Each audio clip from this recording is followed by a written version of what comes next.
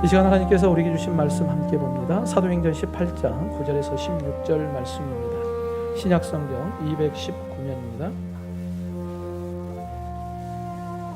밤에 주께서 환상 가운데 바울에게 말씀하시되 두려워하지 말며 침묵하지 말고 말하라. 내가 너와 함께 있으며 어떤 사람도 너를 대적하여 해롭게 할 자가 없을 것이니 이는 이 성중에 내 백성이 많음이라 하시더라.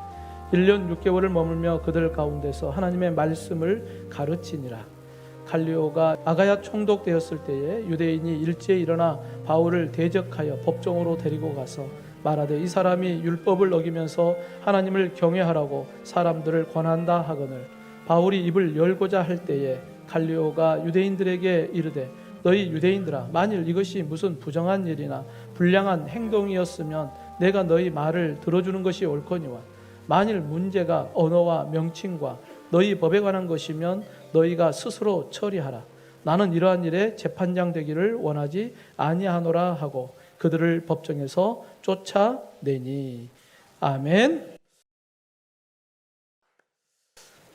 하나님의 은혜 안에서 또 우리 성도님들이 기도해 주셔서 성기순례 여정을 잘 마치고 돌아왔습니다. 여러분이 얼마나 기도를 열심히 해주셨는지 성기순례 과정 가운데 좋은 날씨만 있어서 참 좋았고 또 모든 스케줄도 잘 진행이 되었고 또 함께했던 많은 분들이 믿음의 또 좋은 분들과 함께 동행하여서 모든 일정들이 하나님의 은혜 안에서 잘 진행되었고 또 은혜 가운데 많은 것을 보고 왔습니다. 2000년 전 사도 바울이 복음을 들고 걸었던 그 현장에 서 있는 것만으로도 큰 울림이 있었고 또 그 복음의 현장에 서 있는 것만으로도 하나님의 놀라운 복음의 역사들을 느낄 수가 있었습니다. 비행기를 타고 투르키예까지 12시간 날아가고 또 매일 7, 8시간 버스를 타고 매일 15,000보를 걸었던 것 같아요. 그러면서 무엇을 느끼냐면 사도 바울은 2000년 전에 복음을 전하기 위해서 다 걸어 다녔잖아요. 에게해를 건널 때도 작은 배에 몸을 싣고 그 큰 파도를 견뎌가면서 복음을 전했던 그러한 부분들을 생각해 보면 얼마나 힘들었을까. 지금처럼 좋은 교통편도 아니고 좋은 길도 아닌 그러한 때에 걸어서 그곳에 복음을 전했을 때 높은 산맥을 넘고 걸었던 그 험난한 길을 어떻게 그걸 다 걸었을까. 그러면서 느끼는 게 결론은 그겁니다. 복음의 능력, 성령의 능력 아니면 할 수 없었겠구나. 한번 따라해 봅시다. 복음의 능력, 성령의 능력, 그 능력이 사도 바울을 통하여 복음의 역사를 이루었던 것처럼 오늘 예배하는 우리 안에도 복음의 능력과 성령의 능력이 충만하기를 주님의 이름으로 축원합니다. 사도 바울이 2차 전도 여행을 할 때에 원래 그의 계획은 1차 전도 여행을 지나왔던 그곳을 다시 한번 방문하고 돌아보고 격려하기를 원했거든요. 그런데 2차 전도 여행 때 드로아에서 밤에 환상을 보게 됩니다. 마게도냐 사람이 환상에 나타나서 마게도냐로 들어와서 우리를 도우라라고 하는 그 환상을 보게 되죠. 그래서 사도 바울은 자신의 뜻과 계획이 있었지만 그걸 다 내려놓고 마게도냐로, 즉 유럽으로 들어가게 됩니다. 오늘 본문의 배경이 된 고린도는 사도 바울이 먼저 아덴이라고 하는 곳에서 사역을 합니다. 여러분, 아덴, 즉 아테네, 이곳은 철학자들이 모여 있었고 이곳에서 사도 바울은 철학자들과 논쟁을 하면서 자신이 갖고 있었던, 그래도 사도 바울도 가말리엘의 최고의 율법학자에게 배웠던 최고의 엘리트 아니겠어요?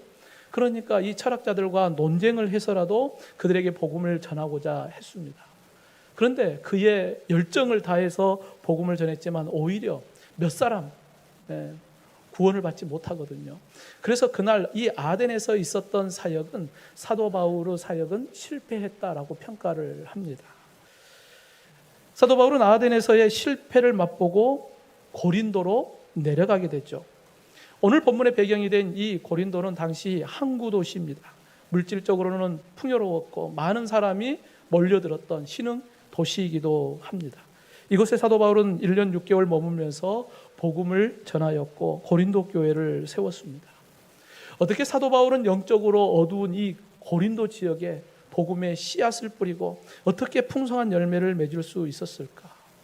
오늘을 살아가는 우리의 삶의 현장에 보면 영적으로 어둠 가운데 있는 이 세상을 우리가 어떻게 변화를 시킬까? 사도 바울이 어둠 가운데 있던 그 고린도 지역에 많은 생명을 살렸던 것처럼 우리 금천중앙교회 이 신앙의 공동체가 어떻게 이 어둠 가운데 있는 세상을 변화시키고 죽어있는 많은 영혼들을 살리는 생명의 역사를 이루어갈 수 있을까? 여러분, 오늘 본문의 말씀을 통하여서 하나님의 뜻을 이루어가는 결단이 우리 안에 다시 한번 일어나기를 주님의 이름으로 축원합니다. 이를 위해 믿음의 성도는 언제나 하나님의 뜻을 쫓아 사는 믿음의 결단을 하는 것입니다. 누구의 뜻요? 하나님의 뜻이에요. 여러분, 우리가 어떤 일을 할 때 처음에는 막 의욕이 있잖아요. 계획도 세우고 이렇게 하면 잘 될 것 같다라고 생각도 합니다. 그런데 막상 해보면 잘 안 될 때가 있거든요. 우리가 생각대로 되지 않을 때가 있습니다. 그때에 낙심하고 마음의 상처도 받고 의욕이 상실되기도 합니다. 그런데 이런 일이 자꾸 반복되면 어떻게 되겠어요? 점점 의욕이 꺾이겠죠.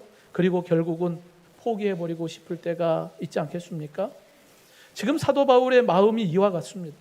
아덴에서 열심히 복음을 전한다고 했는데, 철학자들과 열심히 논쟁하며 복음을 전했는데 결국은 그곳의 사역은 실패한 사역이 되어버렸습니다. 그래서 사도 바울은 이 무거운 발걸음을 가지고 고린도를 향하여 내려가고 있습니다. 그때 사도 바울의 마음은 얼마나 무거웠겠습니까? 생각대로 되지 않았을 때. 그리고 고린도로 내려가는 그 발걸음, 그 무거운 발걸음을 이끌고 고린도에 도착합니다. 근데 사도 바울은 이 고린도에서 또 다른 장벽을 또다시 만나게 되죠. 여러분, 사도 바울의 선교 전략은 우선 그곳에 들어가면 그 도시에 가장 먼저 회당을 찾습니다.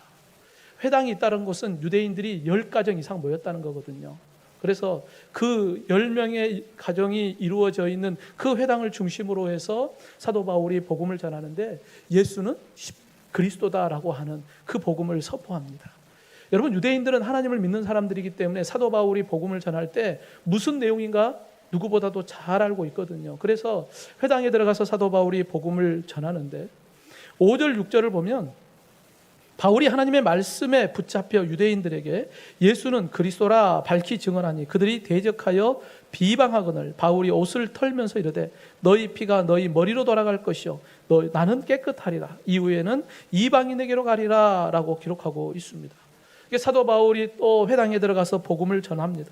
예수는 그리스도입니다 라고 복음을 전하는데, 이 유대인들이 사도 바울의 이 말을 듣고 어떻게 반응을 해요? 대적하고 비방했다 해요.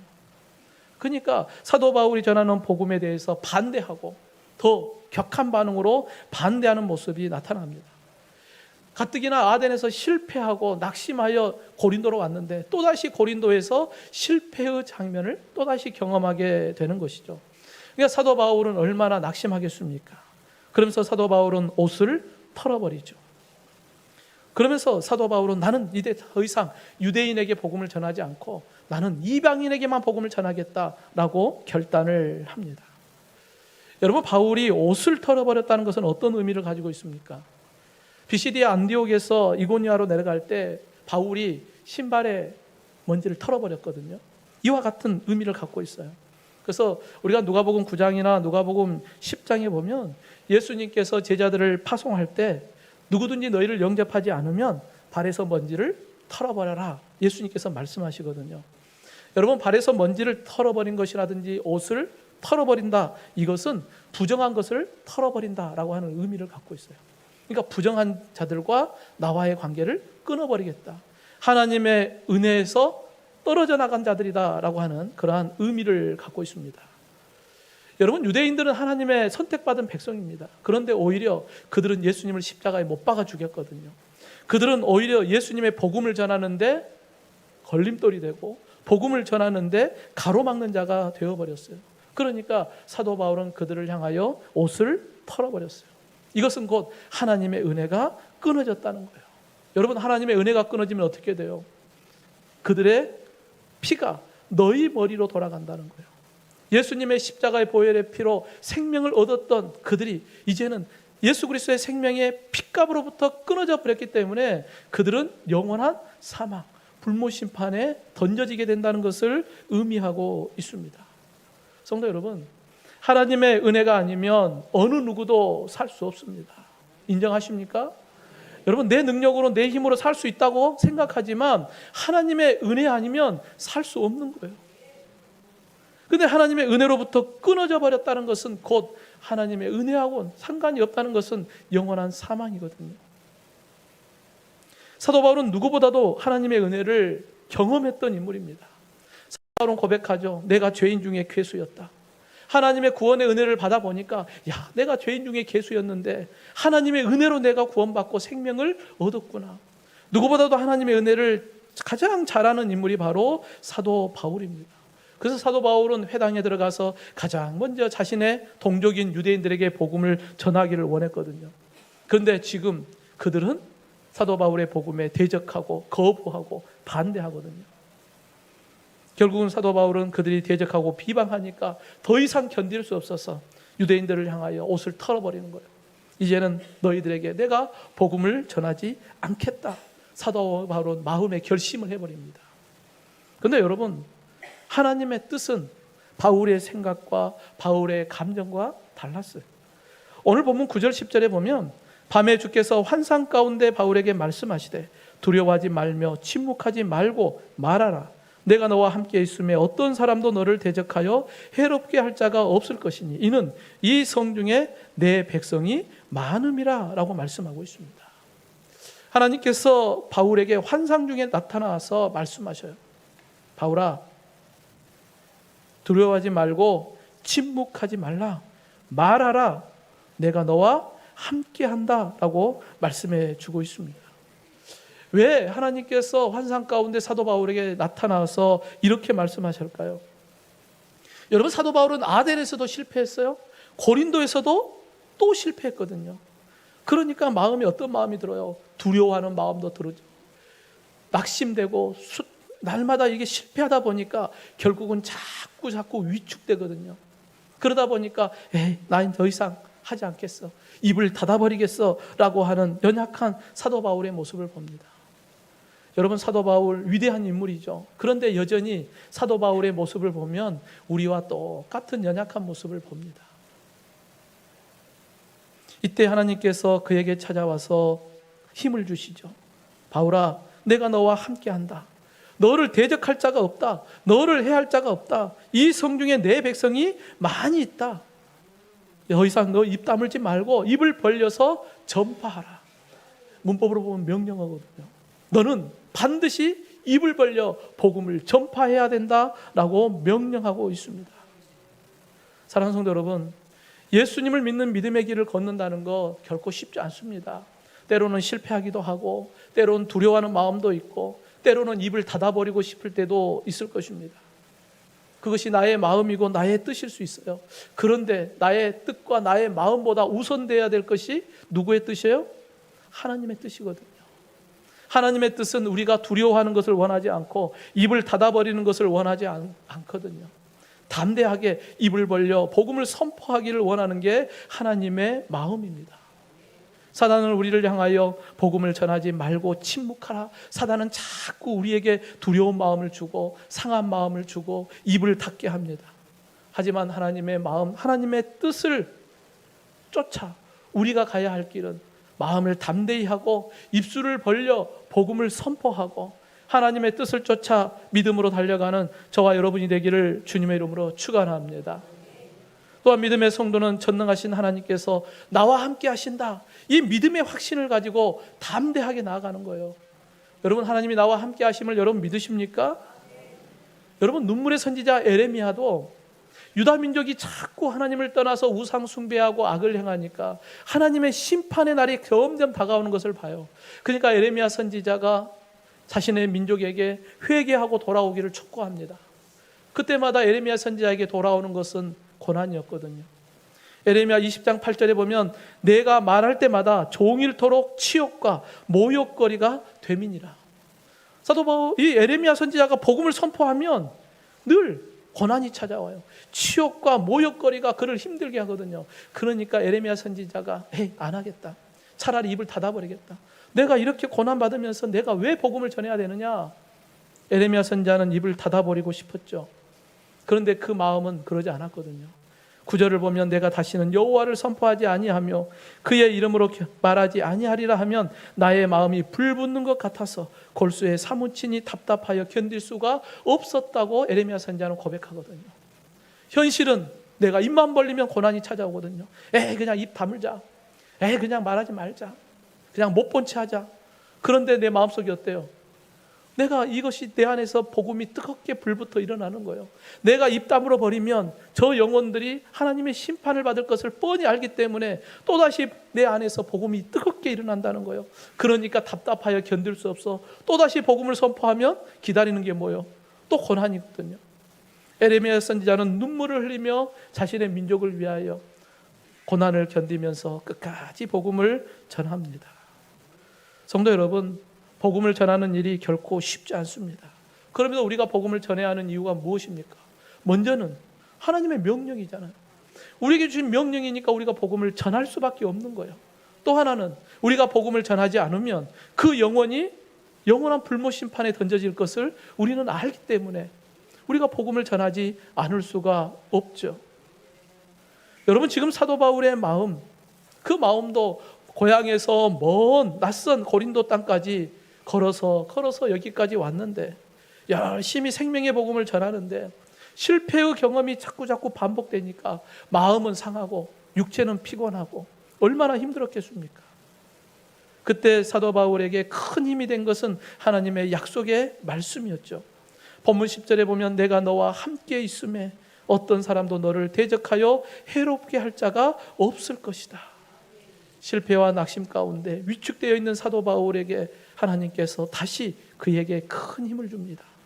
한번 따라해 봅시다. 내가 너와 함께 있으리라. 믿으시면 아멘 합시다.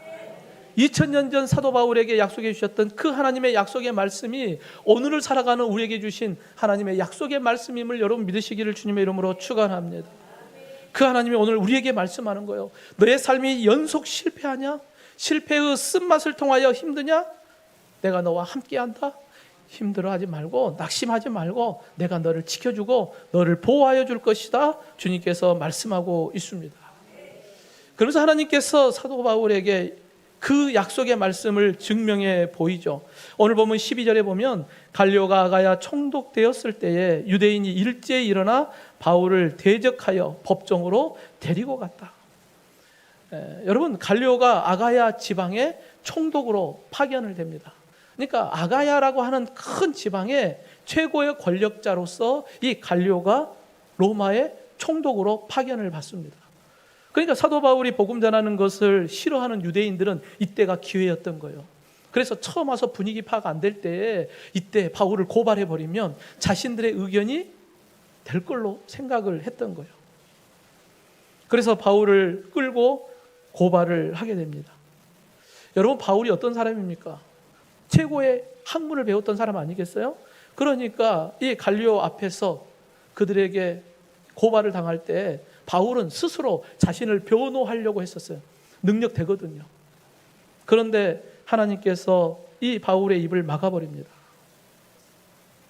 오늘 보면 14, 15절에 보면 바울이 입을 열고자 할 때에 갈리오가 유대인에게 이르되 너희 유대인들아, 만일 이것이 무슨 부정한 일이나 불량한 행동이었으면 내가 너희 말을 들어주는 것이 옳거니와 만일 문제가 언어와 명칭과 너희 법에 관한 것이면 너희가 스스로 처리하라. 나는 이러한 일에 재판장 되기를 원하지 않는다라고 하는 이야기를 해요. 즉 사도 바울은 이게 로마의 법으로 보면 아무 문제가 없거든요. 그러니까 너희들이 고발한 것이 이것은 무죄다라고 갈리오가 판결을 내려버리는 거예요. 유대인들의 법에는 내가 관여하지 않고 나는 로마의 총독으로서 로마의 법을 보니까 이것은 사도 바울은 로마의 법으로는 아무 문제가 없더라. 그러니까 더 이상 나에게 이거 묻지 마라 라고 판결을 내려버리는 거예요. 그러니까 사도 바울을 누가 고발할 사람이 없는 거예요. 지금까지 사도 바울은 두려운 마음이 있었거든요. 이 고린도에서 내가 복음을 전하면 누가 나를 고발하지 않을까? 누가 나를 핍박하지 않을까? 이러한 마음이 있었는데 오히려 총독인 갈리오로부터 면죄부를 받아버린 거예요. 더 이상 이 사람에 대해서 어느 누구도 고발하지 마라. 그러니까 사도 바울은 자유롭게 복음을 전할 수 있는 기회가 그에게 주어지게 된 것입니다. 여러분, 이와 같이 사도 바울이 두려워서 입술을 닫아버리고자 했을 때 하나님은 그에게 찾아오셔서 내가 너와 함께한다. 너는 입을 벌려 선포하라 말씀하시고 이 갈리오 총독을 통하여서 자유롭게 복음을 전할 수 있는 길을 열어주신 하나님의 놀라운 역사를 사도 바울은 보게 된 것입니다. 성도 여러분, 때로는 힘들고 어려울 수 있습니다. 나 혼자 걷는 이 걸음이 힘들고 지칠 때도 있을 것입니다. 때로는 하나님의 때가 언제 이루어질지 알지 못하여 답답할 때도 있을 것입니다. 오래 기다리다 보면 우리의 믿음이 흔들리기도 하고 또 세상 여러 가지 유혹에 낙심되어서 하나님을 향한 믿음이 점점 약해지기도 합니다. 하지만 오늘 주님께서 우리에게 주신 약속의 말씀이 무엇입니까? 내가 너와 함께 있음에 어떤 사람도 너를 대적하여 해롭게 할 자가 없을 것이다. 오늘도 하나님께서 우리와 함께 하시는 하나님, 언제나 우리를 지키시고 보호하신 선한 목자 되신 주님이 나와 함께하고 계심을 여러분 믿으시기를 주님의 이름으로 축원합니다. 사도 바울은 현실이 두렵고 낙심되고 실패로 인하여서 점점 위축되었을 때 주님의 약속의 말씀을 통하여 다시 한번 힘을 얻고 담대하게 복음을 선포하는 사도 바울의 모습을 우리가 보게 됩니다. 오늘도 그 하나님이 나와 함께하고 계심을 여러분 기억하기를 원합니다. 아메리카 인디언들은 소년들, 어린 소년들의 담력을 훈련시키기 위하여서 밤에 야생동물들과 함께 밤을 보내게 해요. 그러니까 밤이 얼마나 무서웠겠습니까? 어린 소년들이. 근데 그 밤을 지나고 나면 담력이 생기는 거예요. 내가 이 어두운 곳에서 혼자 이 어려움을 내가 극복했다라고 하는 그러한 담력을 갖게 되거든요. 근데 점점 날이 밝아오면 누구의 모습이 보여요? 아버지의 모습이 보이거든요. 밤새 혼자 있는 것이 아니라 아버지가 함께하고 있었던 것을 보게 돼요. 여러분, 우리 하나님이 혼자 있는 우리를 내버려 둔 것처럼 보이지만 언제나 눈동자와 같이 우리를 지키시는 하나님, 그 하나님이 우리 하나님이심을 여러분 기억하기를 간절히 원합니다. 사랑하는 성도 여러분, 시편 118편 6절에 여호와는 내 편이시라 내가 두려워하지 아니하리니 사람이 내게 어찌할까. 오늘도 전지전능하신 하나님께서 나와 함께하고 계시고 오늘도 낙심하고 주저앉아 있고 위축되어 있는 우리를 향하여서 오늘도 힘내라고 응원하시는 하나님, 그 하나님이 우리 하나님 되심을 믿고 다시 한번 일어나 다름질하는 저와 여러분 되기를 주님의 이름으로 축원합니다. 마지막으로 믿음의 성도는 담대히 하나님의 부르심 앞에 행동하는 자가 되어야 합니다. 여러분, 고린도 지역에 교회를 세운다는 거 참 어려운 일입니다. 왜냐하면 영적으로 어두운 곳이거든요. 그곳에 생명의 빛을 비추고 교회를 세우는 놀라운 기적의 역사를 이루게 되죠. 여러분, 사도 바울은 끊임없이 계속 실패되는 그 실패로 인하여 위축되었던 그에게 주님이 함께 하신다라고 하는 그 약속의 말씀을 힘입어서 복음을 선포하고 그곳에서 복음의 역사를 이루어 갑니다. 여러분, 사도 바울에게 고린도에서 해야 할 일이 무엇인지 하나님은 그에게 분명하게 말씀해 주셨어요. 이 성중에 내 백성이 많음이라. 하나님께서 구원하고자 하는 하나님의 백성이 이곳에 많이 있다. 너가 복음을 전하면 반드시 구원받을 내 백성들이 이곳에 많이 있다. 너는 뭐하라? 복음을 선포하라. 입을 다물지 말고 복음을 선포하라 라고 말씀하고 있습니다. 하나님께서 이 고린도의 브리스길라와 아굴라 부부를 붙여주셔서 사도 바울이 함께 동력자와 함께 이 고린도 지역에 복음을 전하기 시작합니다. 오늘 본문 11절에 보면 1년 6개월을 머물며 그들 가운데서 하나님의 말씀을 가르쳤다라고 기록하고 있습니다. 어떤 지역보다도 사도 바울이 이곳에 오랫동안 머물렀어요. 1년 6개월을 머물면서 오랜 기간 동안에 이곳에 복음을 전하고 복음을 가르치고 교회를 세웠습니다. 이번에 성지순례를 하면서 이 고린도 지역도 방문을 했었거든요. 가보니까 그곳에 이제 에게해를 바라보는 항구 도시로 당시에 많은 무역 배들이 들랑달랑 했겠죠. 또 이곳에 경제적으로 풍요로운 도시였고 또 먼 언덕 위에는 미와 사랑의 신인 아프로디테의 신전이 정면에 보이거든요. 그곳에 항구부터 그 아프로디테 신전을 향한 큰 도로가 이렇게 나 있는 것도 보았습니다.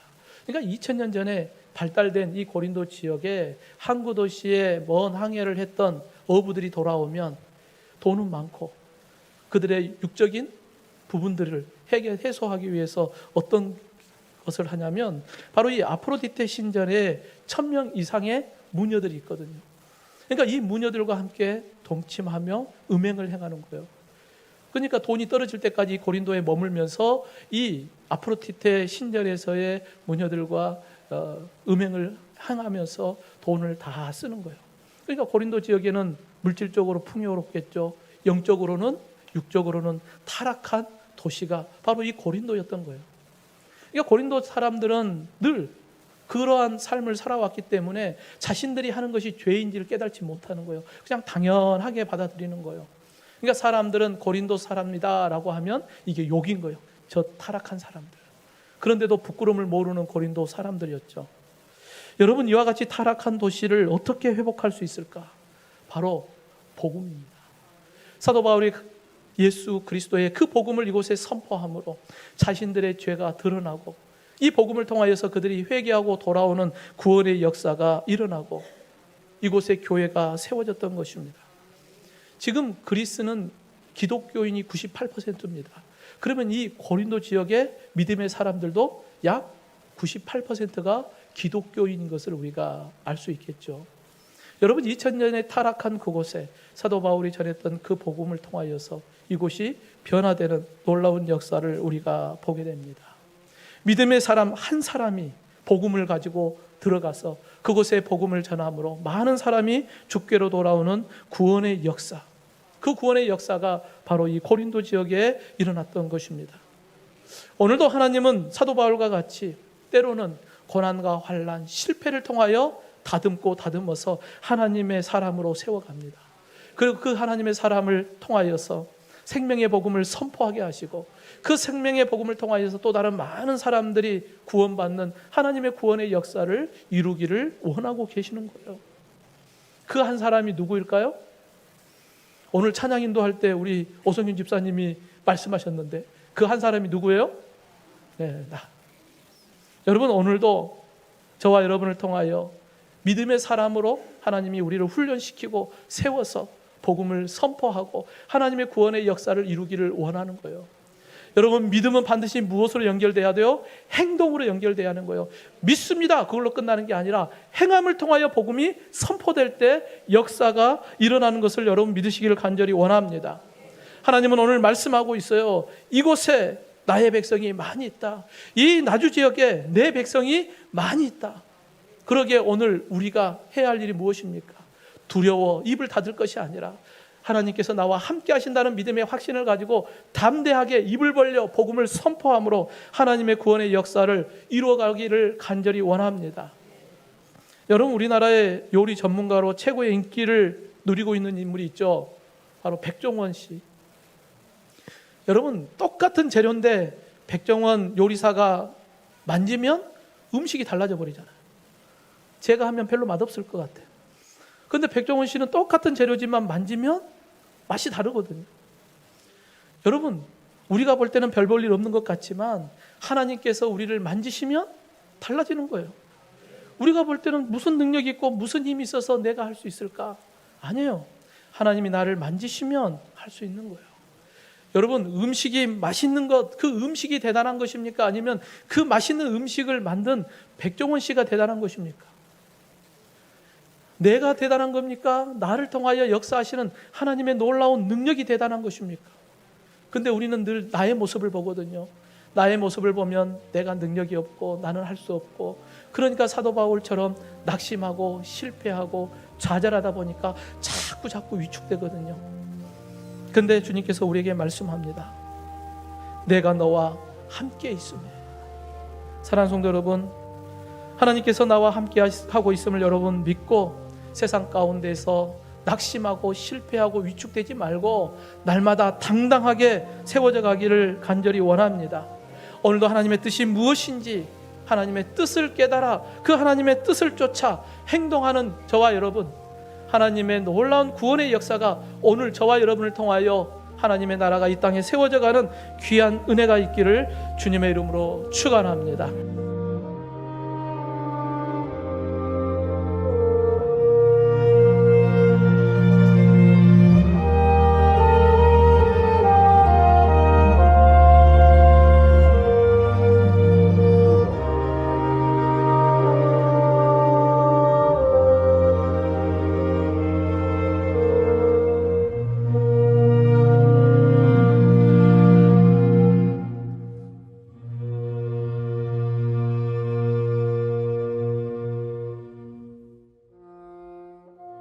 밤에 주께서 환상 가운데 바울에게 말씀하시되 두려워하지 말며 침묵하지 말고 말하라.